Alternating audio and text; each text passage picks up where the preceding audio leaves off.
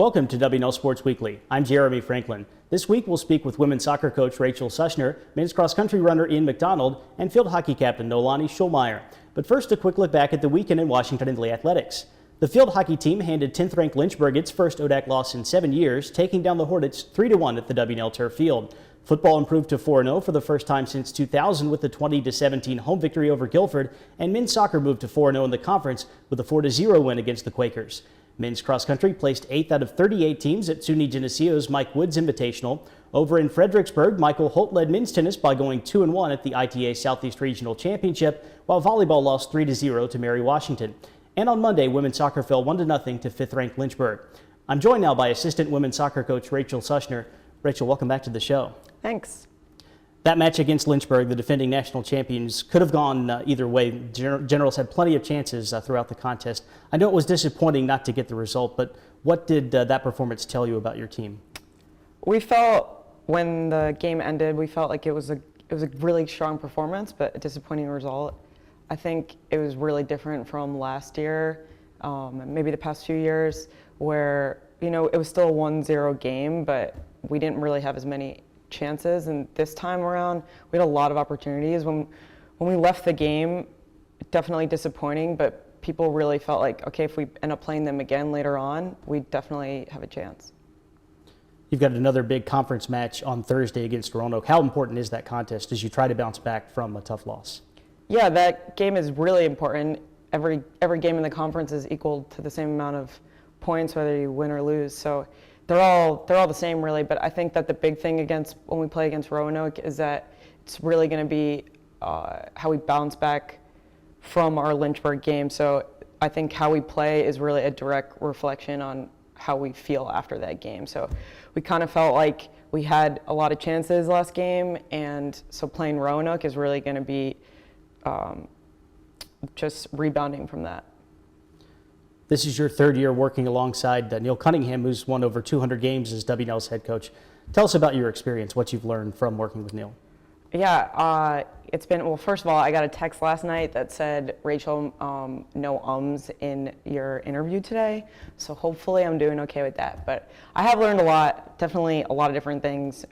We joke around a lot. I think the biggest one that we've talked about recently, we joke around about how sometimes I can get kind of defensive at times, and I always say it's because I'm the youngest of 5 kids, but that's me defending myself again. But the big thing I think that I've really learned a lot from Neil is that you don't need to justify yourself. When you make a decision, you should be confident in it. Obviously you made a decision or you said something, and you should feel good about it. You should feel like I said that for a reason, or I made that decision for a reason. And I think that's something that I've really gained in my experience here in my 2.5 years here, is that you should, you know, embrace what you said. And sometimes it doesn't mean when you're justifying yourself, it's like you're feeling like you have to prove yourself. But if you believe what you did, you should embrace it, and you should make sure that you're not trying to prove yourself. And the next day, you might not get a result immediately from what you said, but it's really what happens in the long run. It's really the process of the decisions that you make. We spoke last week with one of your seniors, Rebecca Dunn, about the strength of the Generals non-conference schedule. How have those games prepared you for October and November? Well, originally when we made those games and we planned that, it was really motivated off of not getting the bid after we lost to Lynchburg in the final. So it was motivated because of that. When once we realized we had a really tough out-of-conference schedule in the first few weeks of the season, we then knew, like, we have to start playing well right away and come out strong right away. So, players worked hard out of season, and then once we came in, every game that we played was pretty close, and I think that playing those games, it's not just about the winning and the losing, and that was a big thing that we talked a lot about in preseason, was it's about the process. And so the process of being able to play in those games and play good teams, and right away, there's no cupcakes in that schedule, that right away you're playing those difficult games. So when we play the tougher games in conference, we'll really be prepared, because there's definitely a disparity between the top teams and the bottom teams in the ODAC for women's soccer. So making sure that we played those tough games early on, I think really, really prepared us well. And I think the big thing this year was that we keep improving, and last year we definitely improved, but it was more like about being consistent. And this year, every day in practice, we really are getting better, and that's what's going to make the difference when we play big teams. Rachael, thanks for joining us. Good luck the rest of the season. Thanks for having me. With me in the studio is Ian McDonald, junior cross-country runner from Richmond. Ian, welcome back to the show. Thanks for having me. The Generals have run several good races already this fall, including an 8th place finish in a very big field at Geneseo over the weekend. How pleased have you been with this season so far?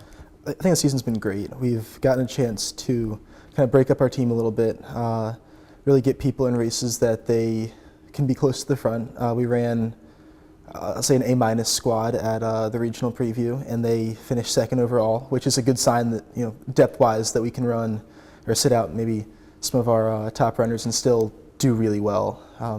The race at Geneseo was very deep. It was a good chance to get in a race and not, be in the top pack, be chasing, which will give us good practice heading into hopefully nationals. As a sophomore, you won the ODAC Cross Country Championship. You were the athlete of the meet at the Conference Indoor Track and Field Championship. How did the 2014-15 season that you had impact your goals for this year? I think that it's shown me that I can do well, but the biggest thing has been not changing much. I would like to repeat as ODAC champion, but I think for the team to do well would be a lot more important. For example, there's a good chance that at the ODAC meet, a couple guys are going to break away, and myself, Levi Waring, and Max Strehler might have to sit back and have the team win versus an individual win, and that's worth it. I know last year the feeling of doing well individually but the team not doing quite as well doesn't compare to when the whole team succeeds. So, the goals personally, obviously I want to do well, but I think that my goals are really more team oriented and having the team be up there versus as an individual. Looking way ahead, what can we expect from the Generals track and field team in the winter and spring? I think we've got a lot of really good recruits on the track side. We're going to have some very good sprinters under Coach Ewell. We've got a lot of distance recruits that I think are going to excel come track. They're doing well in cross country, but for example, Cooper Barrett is a phenomenal miler. He's going to really be up there come conference meets. I think that the team's going to surprise a couple people come indoor and outdoor ODACs. Getting back to cross country, the ODAC Championship is just over 3 weeks away. The regional will follow in mid-November. What needs to happen for the Generals to be peaking in the postseason? I think it comes down to doing the little things right, taking care of yourself, making sure you're getting enough sleep, drinking enough water. From a training standpoint, all of the mileage is going to start paying off. We've got a few guys that have been running 80-plus mile weeks, and that's all going to start paying off in the next couple of weeks. Coach Ewell will always make comments about after hard runs or long runs about how it's just money in the bank. I think that's going to start paying off the next couple of weeks. We're going to see a lot of people that put in a lot of effort this summer and the past couple months. They've been doing well, but it's really going to show come postseason. Ian, thanks for joining us. Best of luck the rest of the way. Thanks for having me. Here with me now is Noelani Schulmeyer, junior field hockey captain from Glennar, Maryland. Noelani, welcome to the show. Thank you for having me. Saturday's win over 10th-ranked Lynchburg was the Hornets' first conference loss in over 7 seasons. What did that victory mean to the team? I mean, it was awesome to win. It was Parents' Weekend. It was our second home game. I think the biggest excitement came from winning our first ODAC game. That really set the precedent for kind of the whole second half of the season. We're getting into ODAC play, but obviously Lynchburg's been a big powerhouse in the ODACs, and I think we were finally ready to win, and we knew we could win. We went into the game with no doubts or hesitations and just kind of pulling through and kind of proving, we were kind of the underdogs coming from the season rankings, so it was nice to kind of put Lynchburg kind of a couple notches down. You had some tough losses early in the season, a lot of overtime games. Do you feel like the Generals are figuring out how to win those close contests? Yeah, definitely. Our biggest thing is to not let the games get so close. We're kind of learning, especially after Ferrum and Lynchburg, who have been not losses in overtime, to get those goals ahead and play more our game instead of reacting. We're acting right away and setting the stage in the first couple minutes of the game.